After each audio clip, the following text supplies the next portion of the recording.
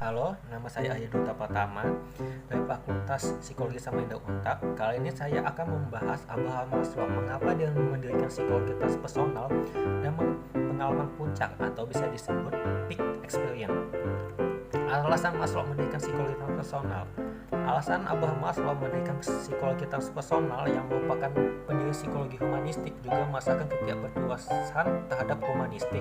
Sebab menyebutkan bahwa perhatian Maslow yang sebenarnya bukan pada ekstensi tapi esensi. Dalam perjalanan hidupnya, Maslow menghabiskan banyak waktu untuk menggali nilai-nilai, makna puncak, masalah spiritual, dan teori-teori yang berhubungan dengan aktualisasi diri. Maslow kemudian sampai pada kesimpulan bahwa ada motif untuk mengaktualisasikan nilai-nilai transenden yang sifatnya universal pada setiap orang yang sudah mencapai tahap aktualisasi diri. Awalnya Maslow ragu apakah akan tetap fokus pada psikologi humanistik ataupun kepada yang lebih tinggi yaitu kosmos atau transhuman. Bersama Stan Grof, Anthony Stuttich, Miles Fitch, dan lain-lain, Maslow akhirnya memilih untuk mendirikan psikologi transpersonal. Transcendensi diri. Maslow menyebutkan kebutuhan tertinggi manusia adalah aktualisasi diri. Teori ini telah diperbarui oleh Maslow sendiri dengan menambah satu kebutuhan tertinggi manusia yaitu transcendensi sebagai puncak kebutuhan manusia. Apa itu transcendensi diri? Saya akan menjelaskan transcendensi diri menurut Maslow, yaitu satu, tindakan atau kondisi di luar ego atau egoiti, biasanya sebagai akibat dari kasih sayang, pelayanan, atau perhatian penuh kepentingan orang banyak. Kedua, suatu teknik mengenai kemampuan bergerak di luar konsep yang ada atau keterbatasan perilaku.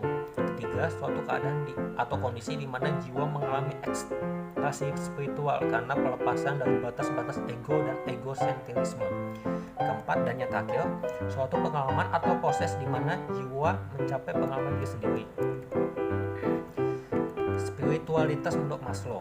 Abraham Maslow dalam bukunya Hierarchy of Needs menggunakan istilah aktualisasi diri sebagai kebutuhan dan pencapaian tertinggi seseorang manusia. Maslow menemukan bahwa tanpa memandang suku atau asal-usul seseorang, setiap manusia mengalami tahap-tahap peningkatan kebutuhan atau pencapaian dalam kehidupannya. Kebutuhan tersebut meliputi kebutuhan fisiologis, meliputi kebutuhan akan pangan, pakaian, tempat tinggal maupun kebutuhan biologis, kebutuhan keamanan dan keselamatan, meliputi kebutuhan akan keamanan kerja, kemerdekaan, dari rasa takut ataupun tekanan, keamanan dari kejadian atau lingkungan yang mengancam, kebutuhan rasa memiliki, sosial dan kasih sayang, meliputi kebutuhan persahabatan, berkeluarga, berkelompok, interaksi dan kasih sayang, kebutuhan akan penghargaan, meliputi kebutuhan akan harga diri, status, prestasi, respek dan penghargaan dari pihak lain.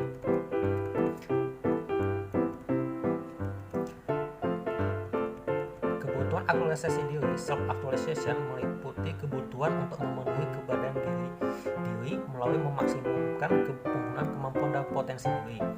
Terlihat bahwa kebutuhan manusia berdasarkan pada urutan prioritas, dimulai dari kebutuhan dasar yaitu banyak berkaitan dengan unsur biologis, dilanjutkan dengan kebutuhan yang lebih tinggi yang banyak berkaitan dengan unsur kejiwaan, dan yang paling tinggi yaitu aktualisasi diri tersebutlah yang dimaksud dengan kebutuhan spiritual. Dan hanya jika seluruh kebutuhan fisiologis dan kejiwaan seseorang tercapai, dia dapat mencapai tahap perkembangan tertinggi yaitu aktualisasi diri. Maslow mendefinisikan aktualisasi diri sebagai sebuah spiritualitas seseorang di mana seseorang berlimpah dengan kreativitas, intuisi, keceriaan, sukacita, kedamaian, toleransi, kerendahan hati, serta memiliki tujuan hidup yang jelas dan misi untuk membantu orang lain mencapai tahap kecerdasan spiritual ini. Pengalaman puncak atau peak experience. Maslow percaya bahwa semua orang yang mampu mengalami momen-momen ini, tetapi dia juga masa orang-orang yang aktualisasi diri kemungkinan besar akan mengalaminya lebih sering. Menurut Maslow, pengalaman spiritual adalah peak experience. Plato, The Factors of Which of Human Nature, pengalaman spiritual adalah puncak tertinggi yang dapat dicapai oleh manusia serta merupakan pengakuan dari keberadaannya sebagai makhluk spiritual. Pengalaman spiritual merupakan kebutuhan tertinggi manusia. Bahkan Maslow menyatakan bahwa pengalaman spiritual telah melewati hierarki kebutuhan manusia, going beyond humanism, identity, self-actualization, and the like. Mengapa peak experience itu penting? Gayle Private dari University of West Florida, salah seorang peneliti terkait fokus ini merumuskan 3 karakter utama dari peak dalam peak experience dan manfaatnya. Significant. Peak experience mengarah pada peningkatan kesadaran dan pemahaman pribadi dan dapat berfungsi sebagai titik balik kehidupan seseorang. Fulfillment. Peak experience menghasilkan emosi positif dan secara insting memberi bentuk penghargaan pada diri sendiri. Spiritual. Momen peak experience orang merasa menyatu dengan dunia dan sering tidak sadar akan berjalannya waktu. Jadi peak experience memberikan rasa penghargaan diri sendiri, mencintai sesama, rasa tenang, dan bahkan mengarahkan hidup lebih positif. Seperti apa peak experience itu dan contohnya? Peak experience adalah pengalaman yang sering digambarkan sebagai momen transenden dari sukacita dan rasa gembira yang luar biasa. Ini menjadi momen yang tak tergantikan. Ingatan dan peristiwa-peristiwa semacam itu berlangsung lama dan orang yang menyampaikannya dengan pengalaman spiritual. Orang melaporkan bahwa peak experience cenderung terjadi selama pengalaman artistik, atletik, atau agama. Momen di alam atau selama momen penting bersama keluarga atau teman juga bisa. Mencapai tujuan penting baik yang pribadi maupun kolektif juga mengarah pada kondisi tersebut.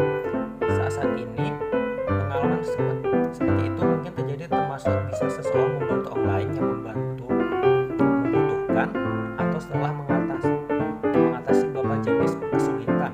Beberapa pengalaman ini sebagai perasaan kagum, heran, dan takjub. Contohnya peak experience bisa didapatkan misalnya ketika asik bekerja, mendengarkan musik, memenangkan lomba, membaca cerita, bahkan saat mengamati matahari terbenam.